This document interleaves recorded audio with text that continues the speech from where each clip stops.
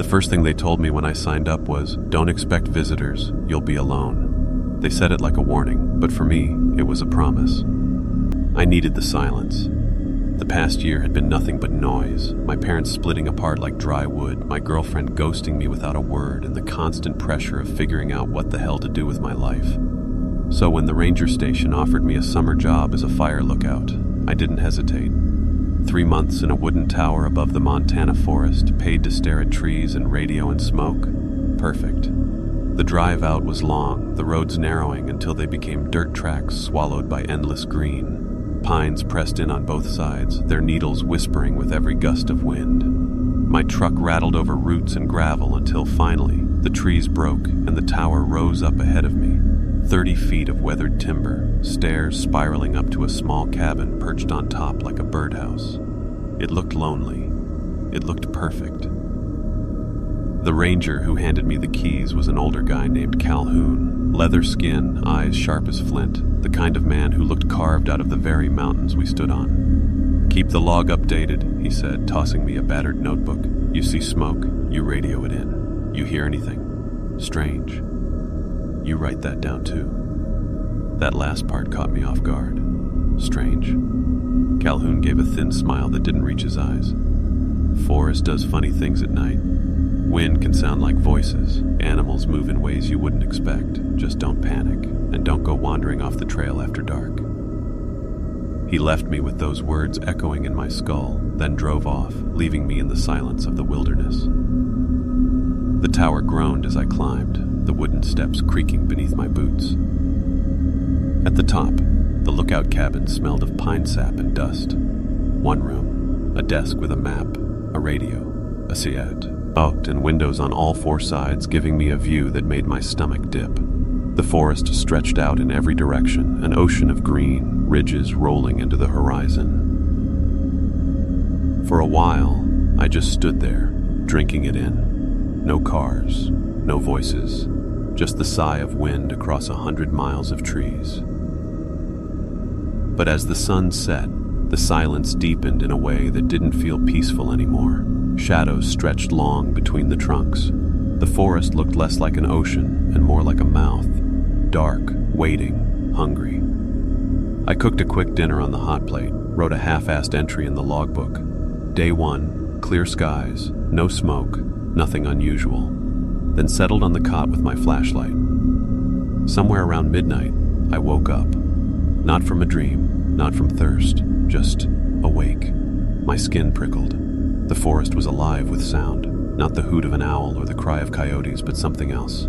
It sounded like whispers, faint, stretched thin by distance, drifting up through the trees. Dozens of voices, too many to be campers, too steady to be the wind. I pressed my face to the glass. The moon laid a silver sheen over the treetops. Nothing moved. Nothing should have been there. And then, clear as if someone was standing right beneath my tower, a voice called up to me. It said my name. Idis. The sound of my own name froze me where I stood. At first I told myself I imagined it, a trick of wind through the branches, a half-dream carried over into waking. But the longer I stared into the moonlit forest, the more certain I became. Someone out there had called to me. Ethan. It came again. Not a shout, not even loud, but clear and deliberate, riding the night air like it belonged here. My skin broke into goose flesh. I flicked off my flashlight, killing the small pool of light around me. The cabin plunged into darkness, leaving only the pale glow of the moon. I waited, breath shallow, ears straining. Silence stretched, the kind that feels alive, like the woods were holding their breath right along with me. Finally, I whispered to myself, "It's nothing, just the wind." But even as I said it, I didn't believe it. The tower creaked as though shifting beneath me. My hands trembled, but I forced myself to back away from the window, crawl onto the cot, and pull the blanket over me like a child. I didn't sleep much after that. Every time my eyelids grew heavy, I swore I heard the whisper of footsteps on pine needles below. By dawn, the forest looked harmless again. Sunlight spilled across the endless green, and I almost laughed at myself. First night jitters, nothing more. Still, when I logged the night's events in the notebook, I hesitated. Calhoun's words replayed in my head. "If you hear anything strange, write it down." So I did. Voices, whispering, heard my name called. I felt stupid as soon as I closed the log, but the words stayed there, ink carved into paper, undeniable. The day passed slow. I scanned the ridges with binoculars, checked the map, swept the horizon for smoke. Nothing. No hikers, no campfires, no signs of life at all, just me and the trees. Around noon, I spotted movement below, a flash of color between the trunks. Relief surged through. Me, a hiker, maybe. Proof I hadn't been completely alone last night. But when I trained the binoculars on the spot, nothing was there. Just shadows and branches swaying. I lowered the glass, rubbed my eyes, tried again. Still nothing. By evening, unease had crept back in like a slow poison. I radioed the ranger station. Static crackled before a voice answered. "Station 1, this is base. Go ahead." "Yeah, this is Ethan at Lookout Tower. Quick question. Are there any hikers reported in the area? Campsites nearby?" "Negative," the voice said. "Trail closures all week due to fire risk. You're the only one out there." The words sank into me with a cold weight. I thanked him, signed off, and sat staring at the radio for a long time. Night fell. I locked the cabin door, though I knew a flimsy latch wouldn't stop anyone determined. The forest outside darkened into a black sea. I told myself I wouldn't look out the window. That's what fed the fear. Just stay on the cot, close your eyes, breathe. But when the whispers started again, faint, curling through the trees like smoke, I couldn't resist. I pressed my face to the glass. Below, at the edge of moonlight, stood a figure, unmoving, watching.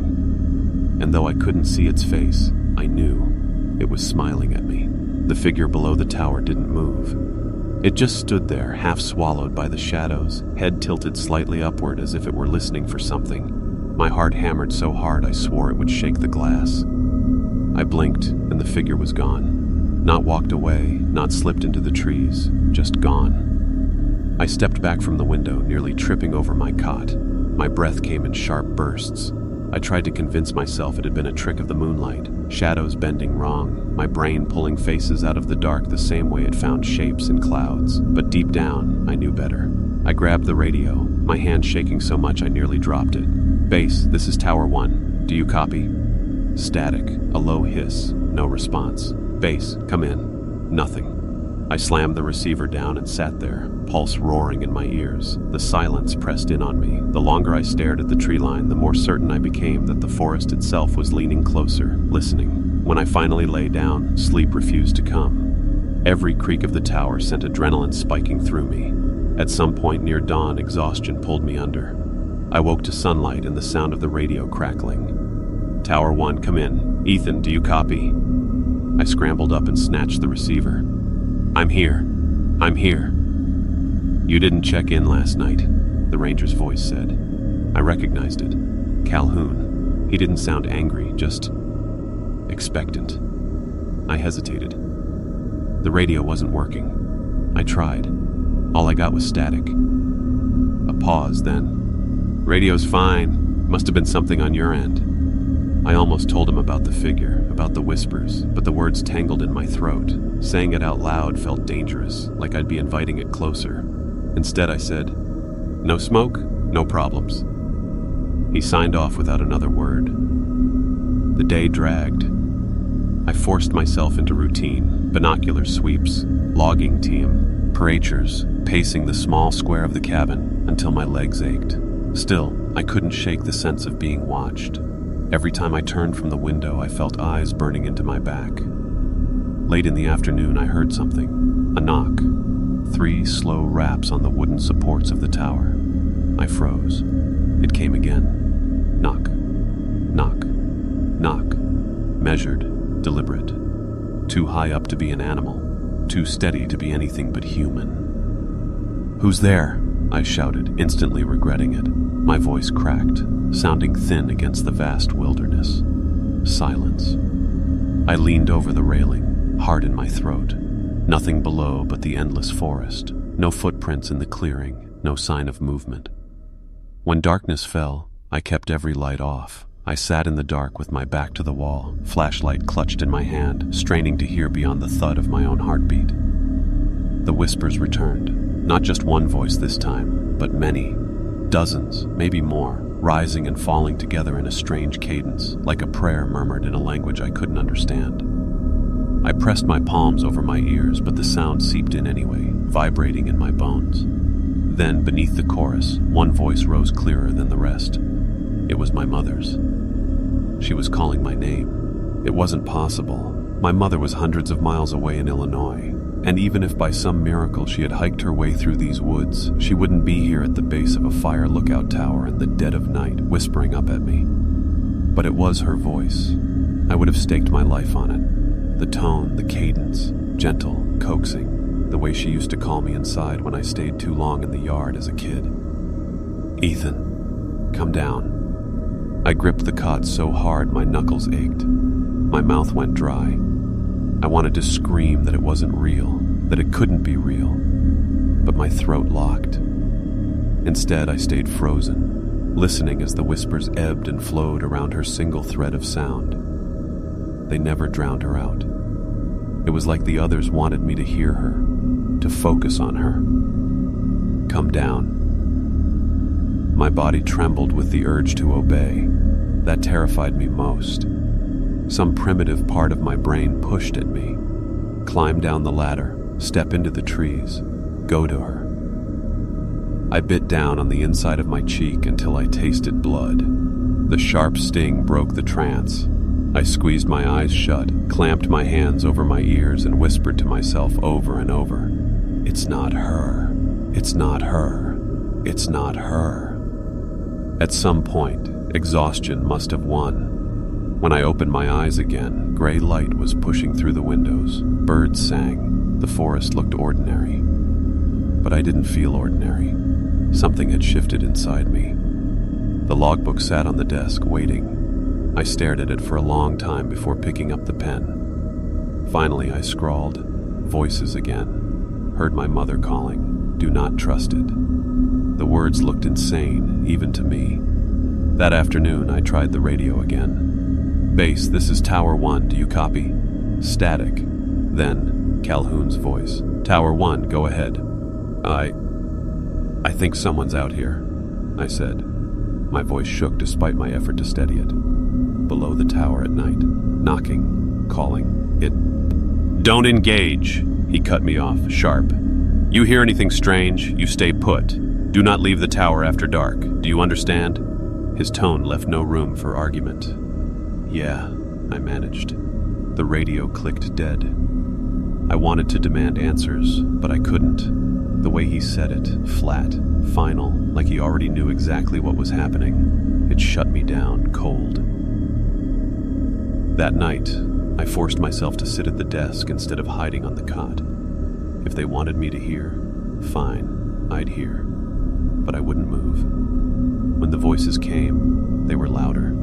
They circled the tower, a tide of murmurs brushing against the walls. The wood creaked under phantom weight, as if invisible hands pressed against it. My mother's voice came last, sweet, familiar. "Ethan, let me in." That broke me. My head snapped toward the door, and for a split second I swore the latch wiggled. Someone was testing it from the other side. The metal latch rattled once, softly, like a casual knock disguised as movement. I didn't breathe. My entire body locked up, every muscle screaming to run. But there was nowhere to run. Just 4 thin walls, a cot, and glass windows exposing me on every side. The latch twitched again, deliberate, patient. I gripped the flashlight, thumb resting on the switch, though I didn't dare turn it on. If there was something outside, light would only confirm to it exactly where I sat. Minutes passed, or maybe hours. Time felt slippery. Finally, the sound stopped. No more rattling, no voices, just silence, thick as tar. I forced myself to wait until the first hint of dawn brightened the horizon before I moved. My legs shook as I pushed away from the desk. When I finally opened the door, the clearing below lay quiet, untouched. I scanned the dirt around the base of the tower for footprints. Nothing. The earth looked undisturbed, not even a broken twig, as though nothing and no one had been there at all. I wanted to believe it had been a dream, sleep-deprived hallucination, except when I reached for the latch I found it loose. The screws holding it into the wood were stripped, as if someone had worked at them, testing their strength. I didn't log that part. Some things felt too dangerous to put in writing. Instead, I forced myself into routine, scanning ridges, noting weather, checking for smoke. But I couldn't shake the gnawing sense that the forest was no longer indifferent to me. It was aware, watching, waiting. By late afternoon, I gave in and radioed base again. "Tower 1 to base, do you copy?" Static hissed, then Calhoun's voice came through, gruff and steady. "Go ahead, Tower 1. "I need to know," I said, voice breaking. "Has anyone else ever reported things out here? Voices? People trying to get into the towers?" Silence stretched long enough that I thought I'd lost the signal. Then he said, "Stay inside at night. Keep the latch secured. Do not, under any circumstances, leave the tower until sunrise. Copy?" "That's not an answer," I said. "That's the only one you're getting." His voice was final, almost weary. Then the line went dead. I lowered the receiver, my hand trembling. He knew. Whatever was happening here, it wasn't new. The sun slid behind the ridges, pulling night across the forest like a blanket. I checked the latch 3 times, wedging a chair beneath the knob for good measure. The air grew colder than it should have for summer. My breath fogged faintly in the dark cabin. The voices began again, louder, bolder. They didn't circle the tower this time. They came straight to the door. Knuckles, or something like them, rapped against the wood. "Ethan." I pressed my back to the wall, flashlight gripped like a weapon. My heart pounded so hard I thought it might shatter my ribs. The voice was my father's this time, a voice I hadn't heard in months, not since he walked out on my mother. Smooth, calm, filled with the authority I remembered from childhood.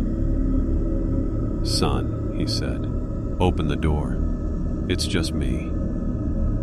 The latch shivered violently, harder than before, and for the first time, I heard laughter woven into the whispers. The laughter unnerved me more than the voices. It was wrong, layered, echoing, as if dozens of mouths shared the same joke but didn't quite know how to laugh like people should. It scraped along my nerves, too jagged to be human. The latch rattled hard, once, twice, like hands shaking it furiously. The chair I'd braced beneath the knob trembled. I pressed my back to the opposite wall, flashlight clutched in both hands, pulse hammering in my throat. "Ethan," the voice coaxed. "It's your dad. Don't you recognize me? Open the door, son." My teeth clenched. It wasn't him. Couldn't be. Yet my traitorous brain kept overlaying his face over the words. Tired eyes, salt and pepper beard, the smell of tobacco that always clung to his clothes. Another knock, harder this time, shook the thin wood. "Stop," I whispered to myself. "It isn't real." But it felt real. The vibrations shuddered up through the floorboards into my feet. For hours it went on. Voices taking turns. My father, my best friend from high school, even a girl I'd dated briefly last year. All of them calling to me in familiar tones. All of them asking the same thing. "Open the door." By the time the gray light of dawn seeped through the windows, my throat was raw from holding in screams. My hands cramped from clutching the flashlight. When the knocking finally ceased, I staggered to the desk and wrote in the logbook with a hand that barely obeyed me. They know me. They know names, voices. They won't stop. I didn't eat that morning. Didn't sweep the ridges with binoculars. I just sat and stared at the latch, half expecting it to jiggle again in daylight. Around noon, the radio crackled. "Tower 1, report." Calhoun's voice. I snatched the receiver. "They tried to get in," I said. "They know who I am. They sound like people I know. What the hell is happening out here?"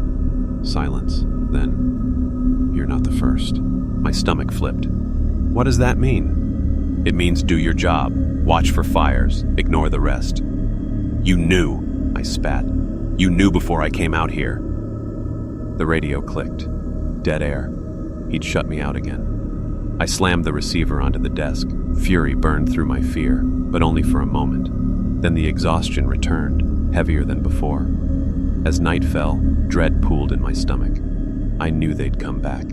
I braced the chair beneath the latch again. but it felt flimsy, laughable. This time, the knocking didn't start on the door. It came from underneath. The wooden supports groaned as though something heavy pressed against them. A rhythmic pounding echoed up the structure, rattling the windows.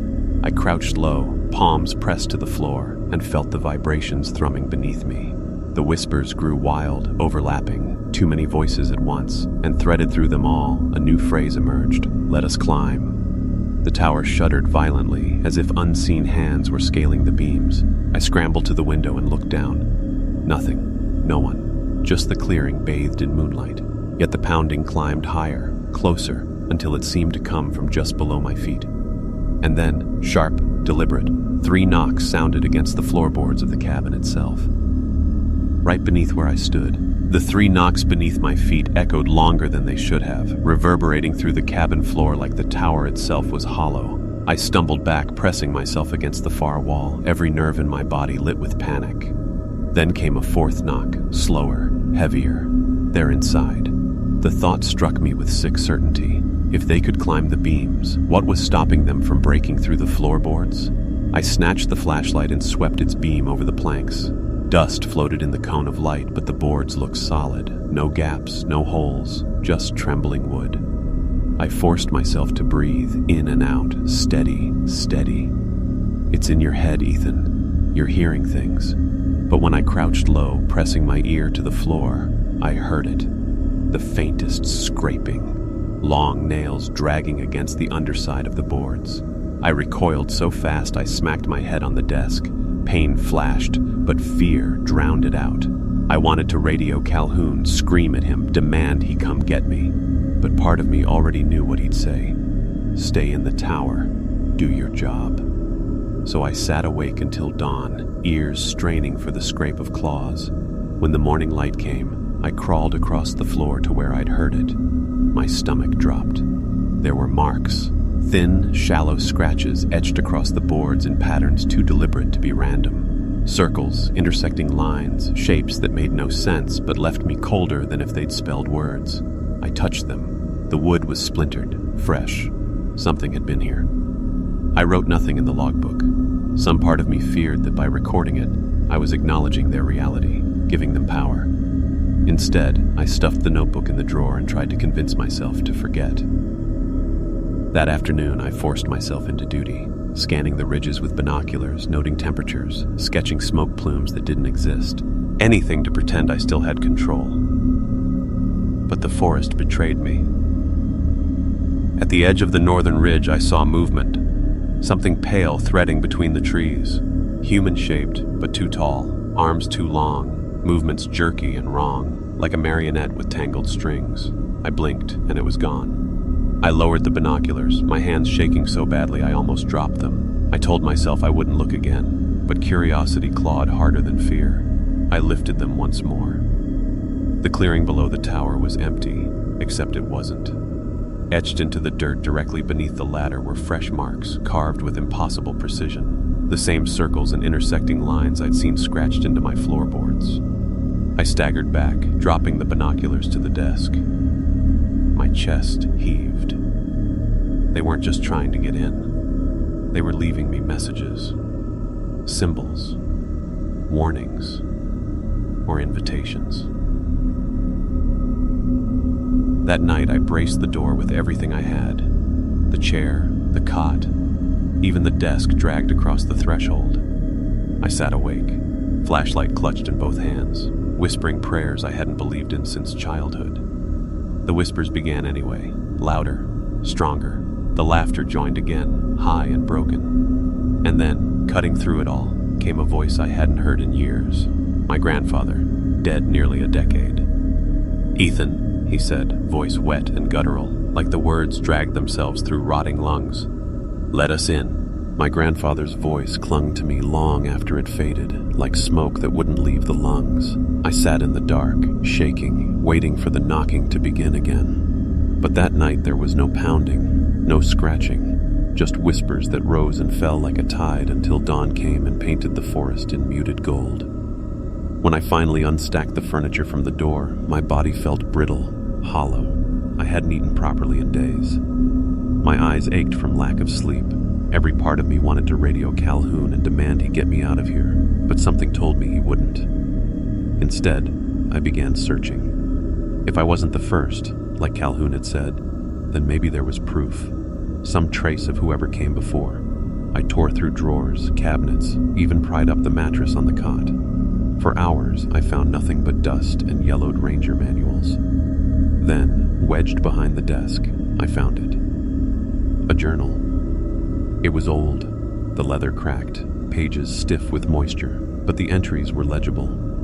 The handwriting was small, frantic, lines crammed into margins as though the writer couldn't stop themselves. The first entries looked normal, fire reports, weather notes, mentions of wildlife. But as the weeks went on, the tone shifted. Words like voices, scratching, and "they know my name" leapt off the page. One entry read, "They call as my wife. She begs for me to come down. Last night I nearly did."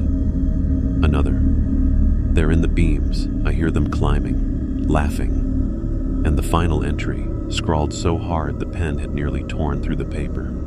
"I see myself in the trees. He waves when I look. If I open the door, will I be him, or will he be me?" The pages after that were blank. I dropped the journal like it had burned me. My chest felt hollow, buzzing with dread. Whoever this lookout was, they hadn't left, not alive anyway. I forced myself to log the discovery, not I, and the official book. Never that. Instead, I scribbled it on a loose scrap of paper and shoved it into my pocket. Proof I wasn't losing my mind. The rest of the day passed in a blur. I kept imagining the missing lookout stepping through the trees, waving up at me with my own face. By evening, clouds gathered, blotting out the sunset. A storm rolled in, lightning flickering on the ridges. The air inside the tower turned electric, buzzing with static. When night came, the voices didn't start outside. They started inside. Whispers curled from the corners, from beneath the cot, from the crawl space under the floor. My flashlight beam landed on empty wood, but the voices slithered through anyway, brushing my ears. I spun in circles, every shadow alive, until I pressed my back to the wall. Then I saw it. Scratched into the inside of the cabin door. Deep, carved letters I swore hadn't been there before. "Let us in." The storm howled, rain pelting the glass, thunder cracking overhead. And through it all, the latch began to shake again. Not gently this time, not testing, furious. As though they knew I had read the journal, as though they knew I understood what came next. The latch shook so violently I thought the thin wood would splinter. The desk I dragged against the door rattled, inching forward with each slam. Rain battered the glass. Lightning seared the sky. Thunder rolled like cannon fire. And beneath the chaos, a voice rose, clearer, louder than ever. My own. "Ethan," it said, my voice, exact down to the inflection. "Let me in." I staggered backward, bile rising in my throat. Hearing my own tone spill from outside was worse than hearing my mother, worse than my father. It was like the forest itself had stolen something private from me. "Open the door," the copy of me demanded, louder now, angrier. "Let us in. Let us in." The pounding became a roar, shaking the tower. Dust sifted from the ceiling. The windows buzzed in their frames. I bolted to the radio. "Base, this is Tower 1. They're here. They're at the door. I need help." Static. Nothing. I twisted the dial, slammed the button. "Calhoun, for God's sake, answer me!" At last, the speaker crackled. But the voice that came through wasn't Calhoun's. It was mine. "Don't fight it, Ethan," it said, soft and coaxing. "It's already too late." I threw the radio across the cabin. It hit the wall and burst into sparks before going dead. Lightning lit the clearing, and I saw it. Saw me, standing at the base of the tower, drenched, pale, smiling too wide. One hand raised in a lazy wave, the other gripping the bottom rung of the ladder. "No," I whispered. "No, no, no." The doppelganger began to climb. The wood groaned under its weight. My heartbeat thundered with each step it took higher. I backed into the far corner, flashlight trembling in my grip. The whispers inside the cabin grew frantic, swirling together into a single word: join. The thing reached the landing. Its hand curled around the outside of the doorframe, nails too long, black with rot. Lightning struck, again, and I saw its face clearly. My face, but stretched, decayed, the skin gray and sagging, as though I'd drowned years ago. It grinned at me through the glass. "Ethan," it rasped, my own voice breaking around the word. "Let me in." I lifted the flashlight and shined it straight into its face. For the first time, it flinched. The grin faltered, melting into a snarl. It slammed against the window, leaving streaks of black where its skin smeared the glass. I screamed and stumbled back. The storm's fury rose with it, wind shrieking, rain hammering, lightning so bright it turned night into day. The tower swayed, joints popping as though the whole structure might collapse. The thing clawed at the window, leaving long scratches that squealed against the glass. The latch behind me rattled as others tried the door. Every barrier I had was buckling. In the chaos, I remembered the journal, the last line. If I open the door, will I be him, or will he be me? The truth hit me then. They didn't want to kill me.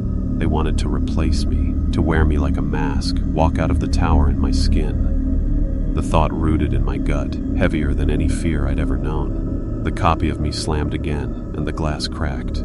I was out of time. The crack in the glass spiderwebbed outward with each hit, the thing outside hammering with strength that seemed endless. I pressed my back against the opposite wall, the tower shuddering beneath my feet. The storm had swallowed the world, rain like nails, lightning shredding the night, wind howling through the pines like a choir of the damned. I had one choice left, the flare gun. It sat on the shelf, red plastic, almost comically small compared to the nightmare before me. My shaking hand snatched it up. The doppelganger's grin widened when it saw the weapon, as if amused. "Ethan," it hissed through the broken window pane, shards glittering between its teeth. "Bullets can't kill what you are." "I'm not you," I choked, cocking the flare. "I'm not." The thing pushed its rotted face against the glass, nose flattening, black ichor smearing. Its eyes were my eyes, but emptier, hungrier, the gaze of something that wanted to hollow me out. I fired. The flare streaked across the cabin, exploding against its chest. The scream was inhuman, a gurgling howl that shook my skull. Fire blossomed, red and furious, clinging to its flesh like oil. It staggered back, thrashing, flames painting the storm in blood-colored light. For a moment I thought it was over. Then the whispers surged louder, hundreds of voices shrieking through the storm. The forest itself wailed, trees bending, branches cracking. The fire spread across the railing, licking up the dry wood. The tower had become a torch. The doppelganger tumbled from the landing, crashing into the clearing below. Fire caught in the wet grass, spreading unnaturally fast, racing between trees like veins lighting up. The pines ignited one by one until the whole forest roared. Smoke filled the cabin, choking, acrid. I grabbed the journal, stuffed it into my jacket, and threw myself down the ladder. The rungs burned under my pal. Searing skin. But I climbed anyway, lungs tearing for air. At the bottom, I stumbled into the blaze. Heat blistered my face, the air alive with sparks. The doppelganger writhed in the dirt, still burning, still reaching. Even on fire, its mouth stretched into a smile. "Join!" it began, but the flames swallowed its words. Its body collapsed into ash. I ran. Through the forest, through the inferno, coughing, blinded. Branches cracked and toppled, embers falling like meteors. Every direction looked the same, orange, red, black. My legs carried me without thought, just the primal need to survive. Finally, through the smoke, I saw headlights. A truck barreling up the service road, horn blaring. I staggered into its path, waving, screaming. The brakes screeched, and a figure leapt out. Calhoun. His eyes went wide when he saw me. "Jesus Christ, Tower 1, what the hell did you do?" The fire roared behind me, consuming everything. I collapsed to my knees, coughing, the journal slipping from my jacket. Calhoun picked it up, flipped through the pages, his weathered face paling with each line he read. "You weren't supposed to read this," he muttered, almost to himself. "Now they'll never stop." "What?" I croaked, but the words caught in my throat. He shut the journal hard, tucked it under his arm, and looked down at me with something colder than fear in his eyes. The flames closed in, the sky glowing like hell itself, and I realized something worse than death had followed me out of that tower. I wasn't sure if I was still me,